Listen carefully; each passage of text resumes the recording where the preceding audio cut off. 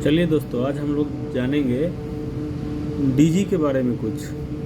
तो सबसे पहले डीजी का नेम प्लेट जब हम देखते हैं तो उस पर कुछ चीज़ें लिखी मिलती है, जैसे केवीए हो गया, पावर फैक्टर हो गया, एम्पियर हो गया, वोल्टेज हो गया, आरपीएम हो गया, और भी बहुत सारा चीज़ होता है।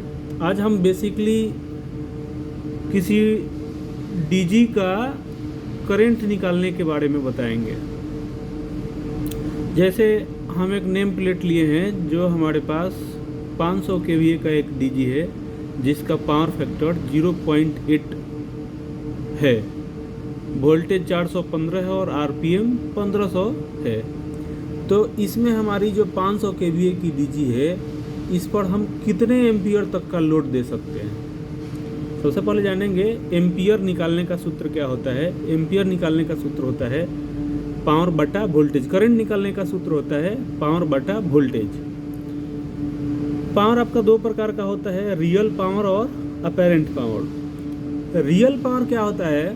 रियल पावर वो पावर होता है जब हम अपने केवीए में पावर फैक्टर का गुना कर देते हैं तो वो रियल पावर हो जाता है। और अपेरेंट पावर का मतलब क्या होता है कि जो एज इट इज जो हमारा केवीए किसी भी नेम प्लेट पर लिखा है वो हमारा अपेरेंट पावर हो जाता है। तो दोनों साइड में हम लिखेंगे, यहाँ हमारा अपेरेंट पावर रहेगा और यहाँ हमारा रियल पावर रहेगा। तो जैसे हमने शुरू में बात करी थी, current equal to power by voltage. अब हम पावर को यहाँ लिखेंगे 500 KVA divided by 415 voltage into √3। इसलिए हम बोल रहे हैं कि जब हम 3 फेस के केस में बात करते हैं वोल्टेज का, तो वोल्टेज के साथ √3 हमें कंसीडर करना होता है। ऐसे ही हम रियल पावर में करेंगे 500 इंटू, अब हम यहाँ पावर फैक्टर इंक्लूड कर दे रहे हैं, डिवाइडेड बाई 415 और √3।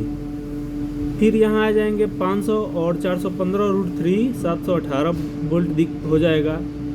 और फिर यहाँ 400 केवीए। अब हम क्या किए कि ये 500 केवीए और 0.8 पावर फैक्टर जब मल्टीप्लाई किए तो हमारा 400 किलोवाट आ गया। उसके बाद हम फिर यहाँ देखते हैं 500 केवीए इंटू, अब हम केवीए को तोड़ देंगे तो के का मतलब हो गया 1000 और वीए एज इट इज रहेगा।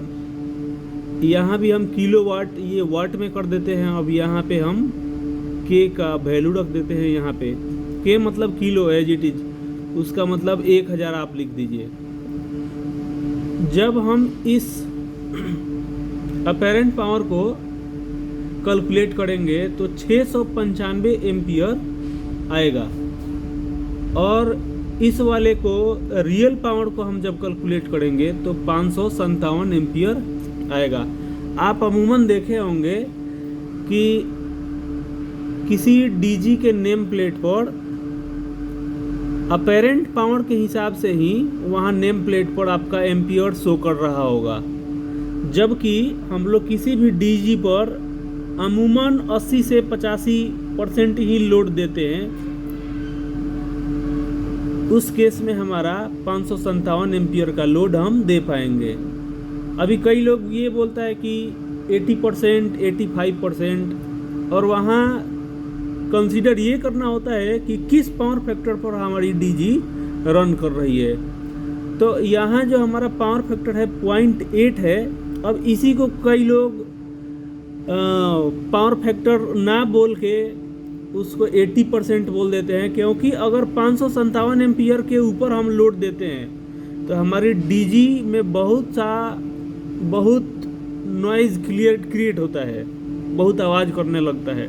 ऐसे भी किसी भी डीजी पर जब हम ज़्यादा लोड देते हैं तो उसमें से आवाज़ बहुत ज़्यादा आने लगता है। तो डीजी को रन करने का सबसे अच्छा तरीका है उस पर 80 से 85% ही लोड दिया जाए, जो वो ज़्यादा अच्छा है।